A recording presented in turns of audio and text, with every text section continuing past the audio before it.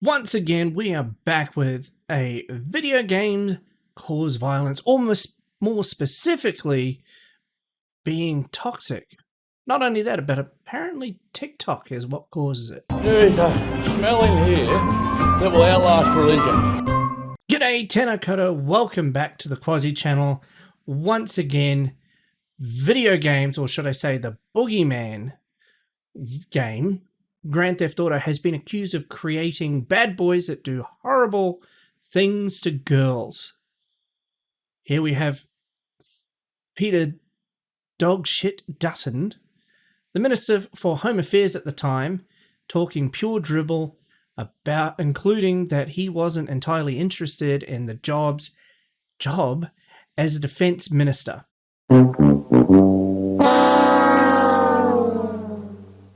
The thing that's missing in this debate is the involvement of social media, the viciousness, and also the unfiltered content that teenage boys and others. Sue everyone? No, it's a very difficult thing to get hold of. I think what we should demand is the same laws that apply in real life apply online. So if you're flicking through TikTok videos and there is content on there that is unfiltered, going into the minds of young impressionable boys and girls, then we need to think about what happens there. If you're playing Grand Theft Auto as a 13-year-old boy, and lots of teenage boys will do, you can get in that game, not just, drive cars recklessly. You can go for a lap dance, you can go and shoot police.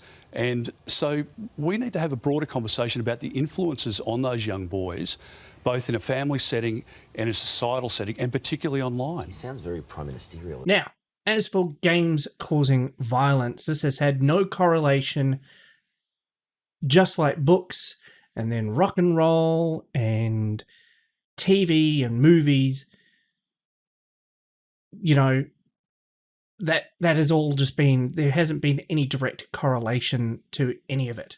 But, as you say, a 13-year-old person, as I, unlike you, understand that girls play games too, they are 13.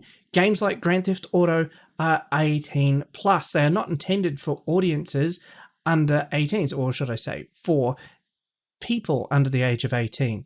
The rating is there on the box for the parents.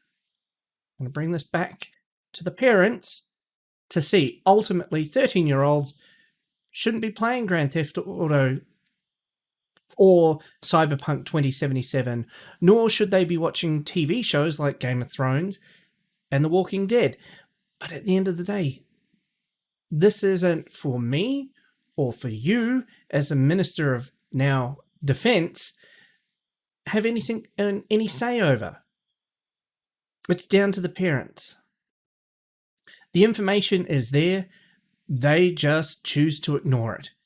Just like they ignore the age requirements for social media.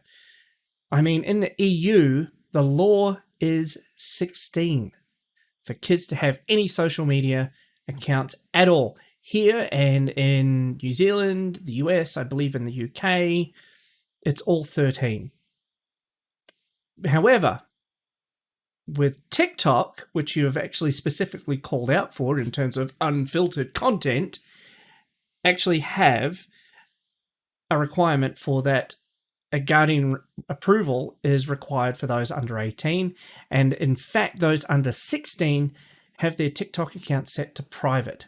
This is pretty much a parental issue, not a content issue. But let's focus on something that has got actual grounding in science, shall we? The links between loot boxes and problem gambling. You'll see in the description below links to actual studies, the actual published papers and studies. There's two of them. One was published in June 2019 and another from March 2021. So just last month. Both came to the same conclusion. The most recent one was commissioned by GambleAware. Now, some people would say, follow the money, follow the money, follow the money. There is a disclosure within that saying that while they were funded by GambleAware, their results and all that sort of stuff come back to being as unbiased as possible. This last one was conducted by Dr. James Close of the University of Plymouth and Dr. Joanne Lloyd from the University of Wolverhampton in the UK, because Gamble Aware is a UK-based organisation. But basically, loot boxes are gambling to start, and that teens exposed to these mechanics lead to problem gambling in young adults. The first paper outlines that older adolescents that engaged in loot boxes had twice as high a measurement of problem gambling than those that did not spend money on loot boxes. They also found the ones with problem gambling adolescents also spent 5 times more on loot boxes. So 5 times more on loot boxes than those who did not have the problem. Now, before anybody says, oh, so they're saying ban loot boxes. No, they are in there talking about creating regulations and being very careful with how the regulations are done, and being very cautious and very deliberate, essentially, to the way that the loot boxes need to be handled. Now, both have also said probably the simplest method would be to just ban them outright. Just to ban them outright completely. My view has always been, at a minimum, to clearly put on the box that real world gambling or real money gambling mechanics are there, that they need to clearly display it. And then not only that, let's put it to you this way. Here in Australia and New Zealand, you need to be 18 years or older to enter a casino. So any games that have loot boxes need immediately R18 rating on them. Basically because they have to, and then have that. How that's going to be policed, I don't know. I really don't know how you would police that. But in the end, at a bare minimum, the information needs to be on the box as clear as day that real world money gambling mechanics are involved somehow, worded in some way that it is quite clear and quite distinct that this is definitely within that, and slap a big old black diamond on there with the R18 rating on it. Obviously, probably the best and simplest method is to ban them outright completely, so that they can basically broaden the definition of gambling to include this sort of stuff, to basically say that any form of this is not allowed in video games. And the reason I say that is it's the simplest for the government, it's the simplest for the taxpayer.